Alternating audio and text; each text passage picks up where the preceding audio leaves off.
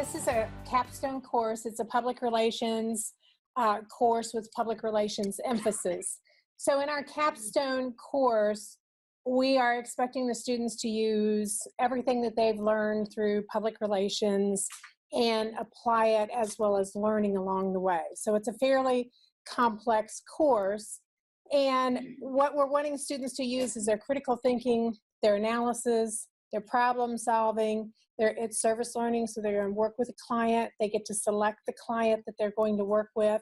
So the big rush is start here, first week, got to get that client, make sure you know what you're doing. So just in the start here, okay, so I click it right.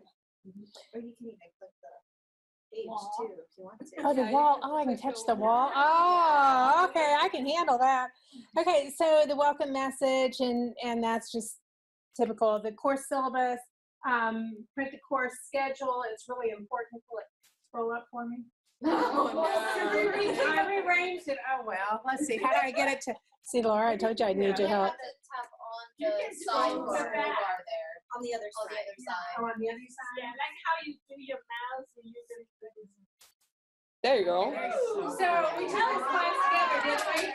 So the infographic, and I'm not a big person that shares a lot of things, but I need to fix this so it's a little darker, but I wanted them to know right away. I've got office hours for you, come see me kind of thing. I'm going to use Twitter a little bit because I want them to follow the most current issues and discussion about campaigns that are going on within the industry. The tip is, you may not be able to read it, don't be afraid to reach out and ask for help. I am available during online office hours, or if you happen to be on campus, you can visit my office or email questions. And technically, even with my students, a lot of times I share my cell phone and I ask them to text me because they text. You know, they may not call me, they may not email me, but they'll text me and say, I've got a question. So I kind of put it, honestly, it helps me stay focused. So if I can get this to scroll in. So I wanted to share a little bit. I don't normally share this much stuff about me. Okay, I just don't. So I thought I'd throw up my picture of my kids, throw up the picture of my dad who just went on a Indy honor flight. And if any of the students, some of the students know that I had 3 students in the summer and we worked with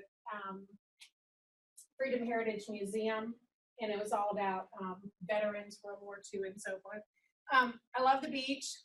Go down, and my son graduated from, I can't get this thing to stay with me. Move your head up. It's okay. I can move from here. Okay, you can scroll it down. Yeah. For me.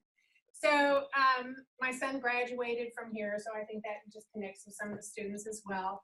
I'm a pet lover, of course, and I have a lot of girls in my courses, so a workshop with Girls in Bloom, which is all about self-esteem for young girls 5th through 8th grade, so I'm trying to make that connection.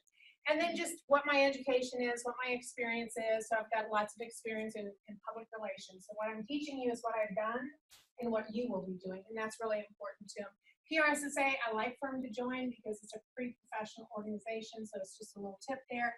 What kind of things have I done? Just a little bit, little blurb. So that's the way I kind of introduced myself to them, which is a lot more than any other students have known about me. VoiceThread setup and tutorials, want to make sure they know how to use it. In this course, they're going to do VoiceThread presentations, because I really believe the way you learn a topic is to teach the topic.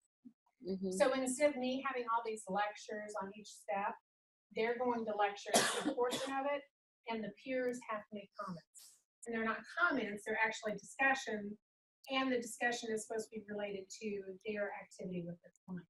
So that's engaging them that way. I really want them to do the misconceptions about distance learning. So I'm sure all of you hear it all the time. Well, I'm not supposed to do this. You're not teaching me, blah, blah, blah.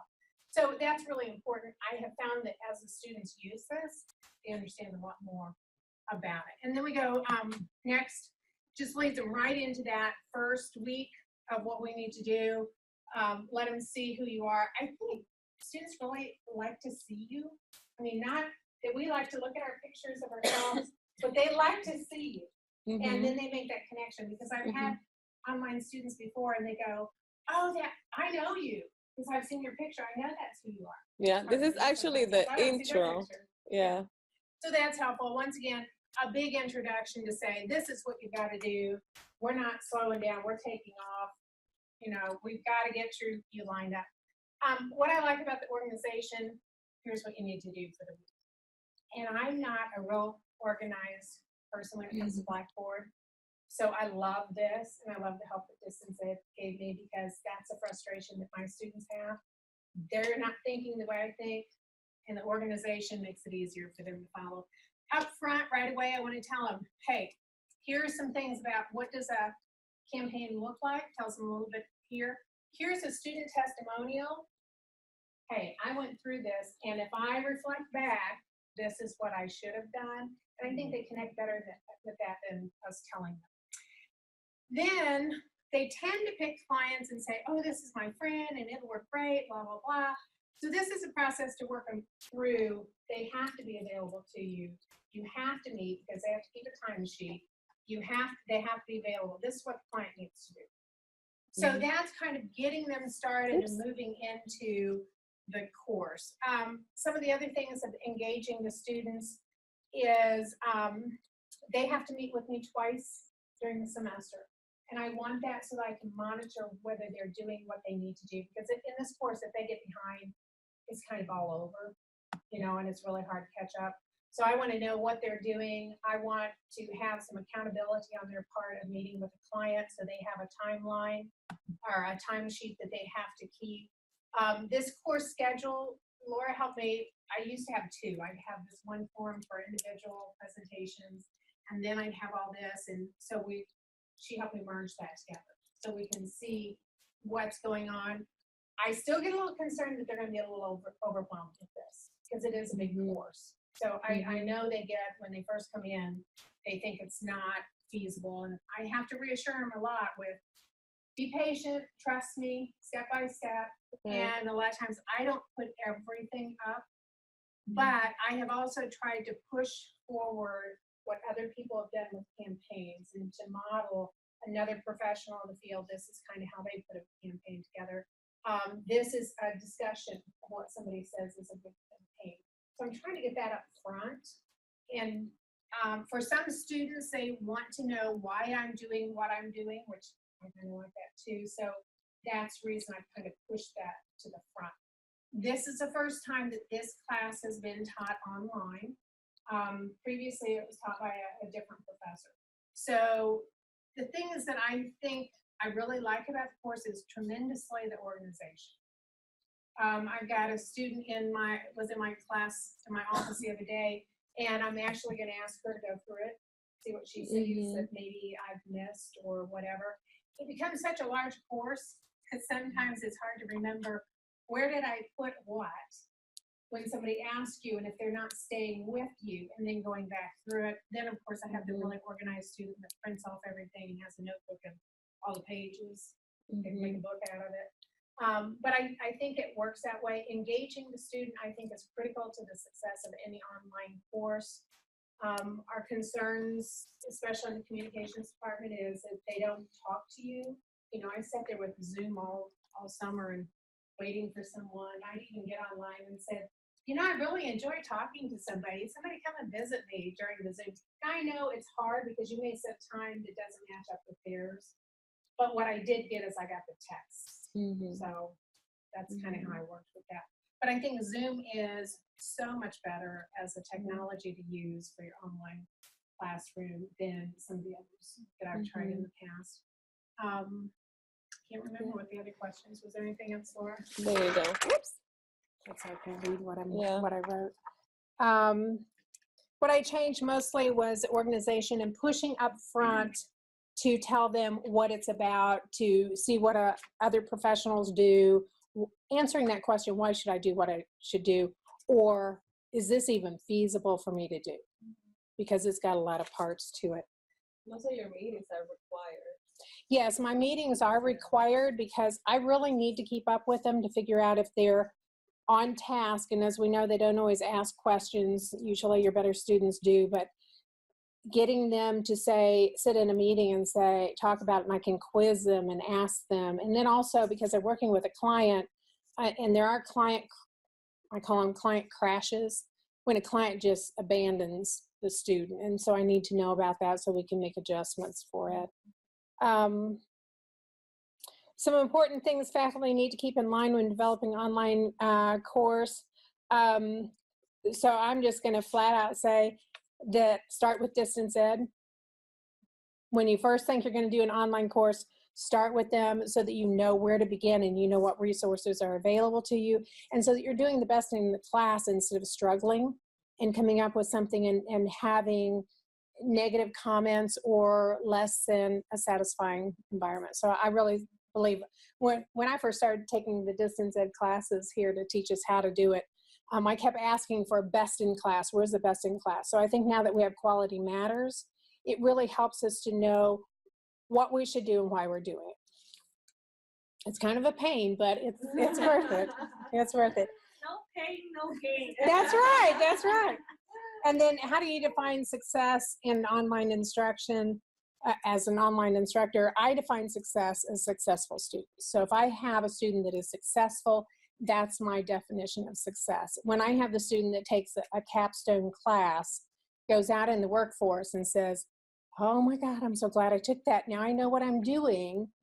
That's my success. Mine's all defined by the students. Any questions? I really like your start here.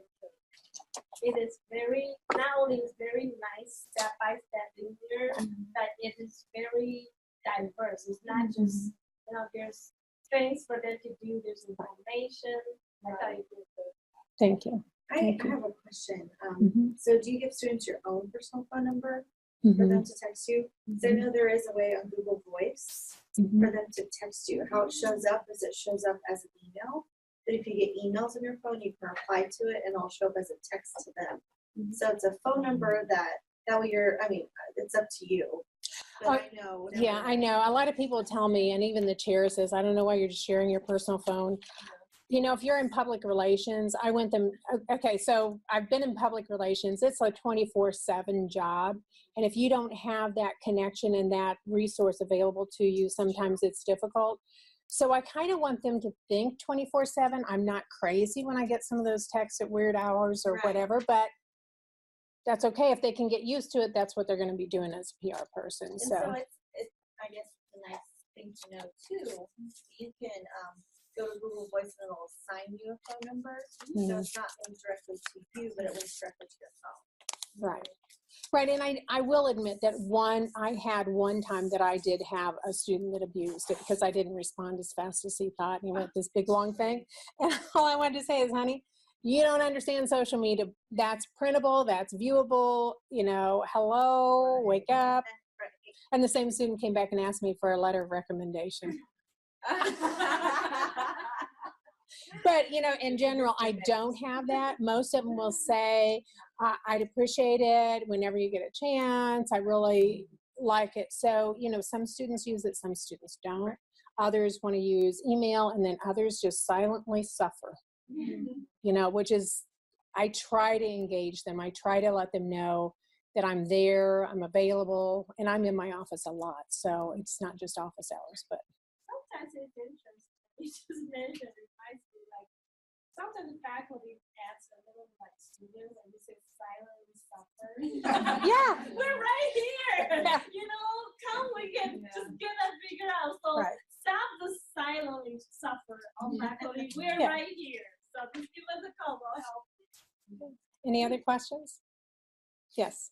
So going back to the start of your page, how did you do the next button? Yeah, I'm very curious. It's just an image with a link that goes to the start here.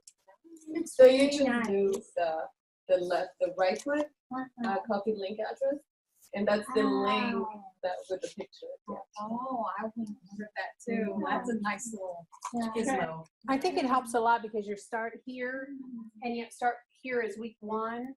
And then here's week 1, so it kind of transferred them and kept that flow going. And the picture week 1, we were like in a Zoom. Yeah, we were Zoom playing. Meeting, and I'm like, okay, I'm taking a picture of you. And she's like,